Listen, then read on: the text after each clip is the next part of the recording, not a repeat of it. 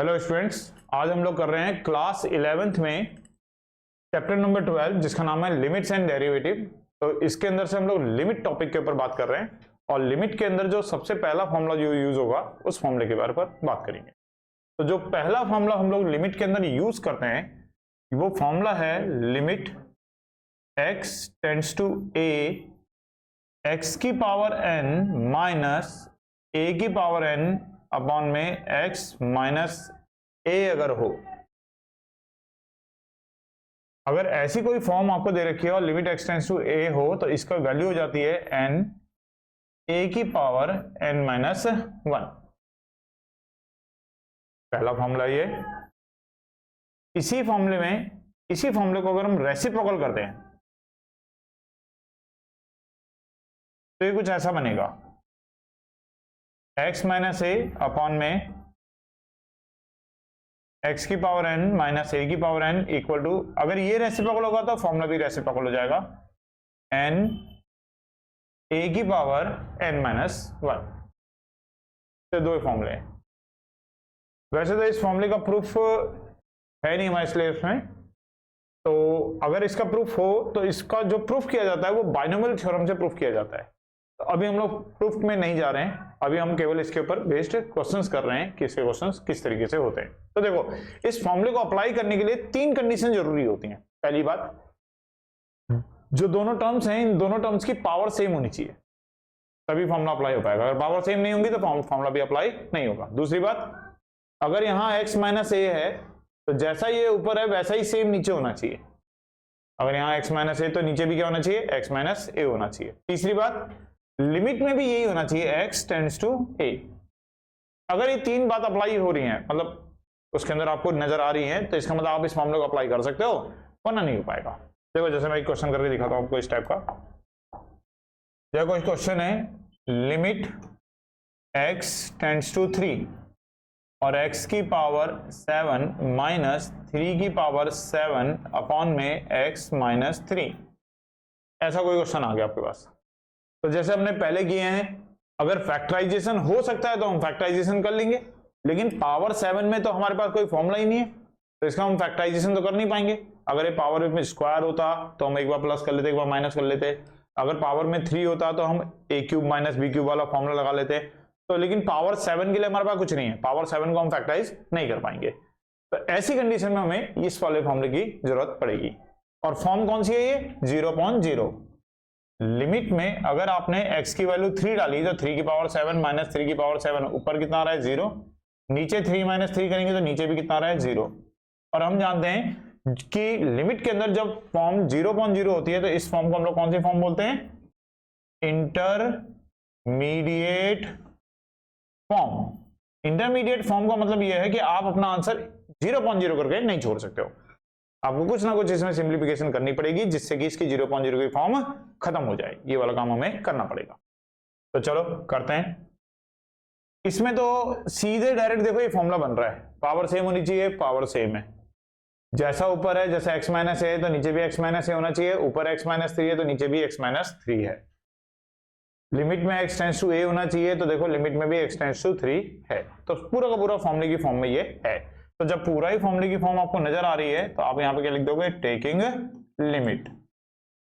तो taking limit करेंगे तो ये आ जाएगा 7 और मतलब फॉर्मूला था n a की पावर n माइनस 1। n मतलब पावर, जो पावर है वो पहले लिखेंगे 7, a का मतलब यहाँ पे कौन है 3, और पावर में से क्या कर देना है 1 माइनस कर देना है, तो 7 माइनस 1, तो 7 मल्टीप्लाई 3 की पावर 6।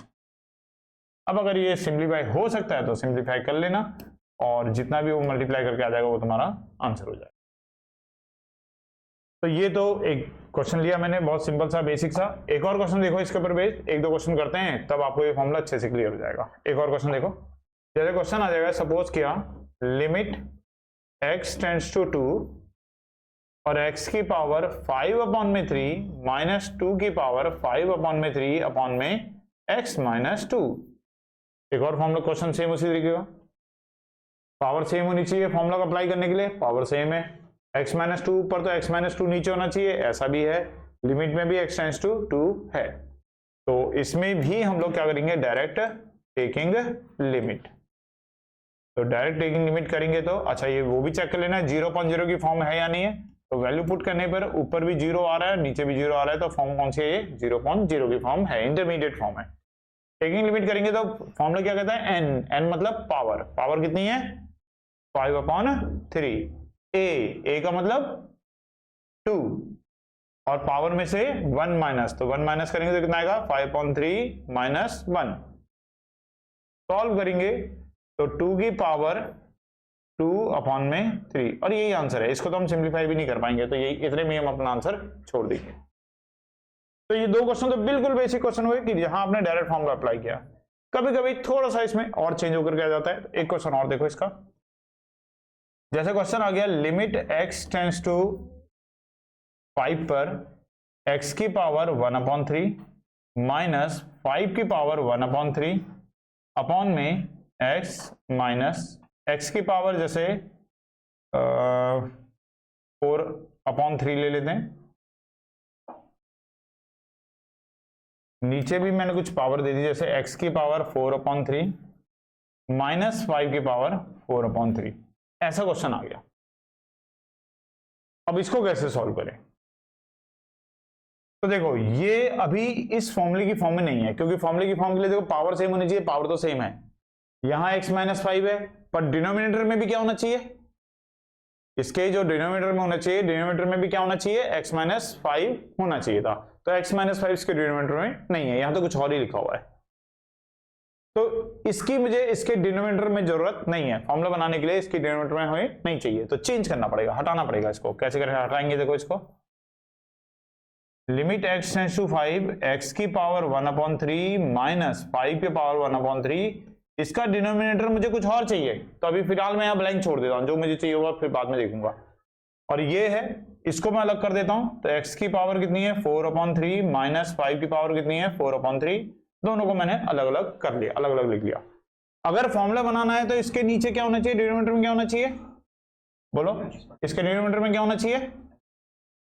और अगर इसको भी फॉर्मूला बनाना है, देखो ये दूसरा भी फॉर्मूला होता है रेसिप्रोकल में भी, अगर ये भी फॉर्मूला बनाना है तो इसके न्यूमरेटर में क्या होना चाहिए, तो इसको डिनोमिनेटर में x माइनस 5 की जरूरत है और उसको न्यूमरेटर में x माइनस 5 की जरूरत है, तो क्या करना चाहिए उस चीज के लिए, x माइनस 5 से डिवाइड और x माइनस 5 से मल्टीप्लाई।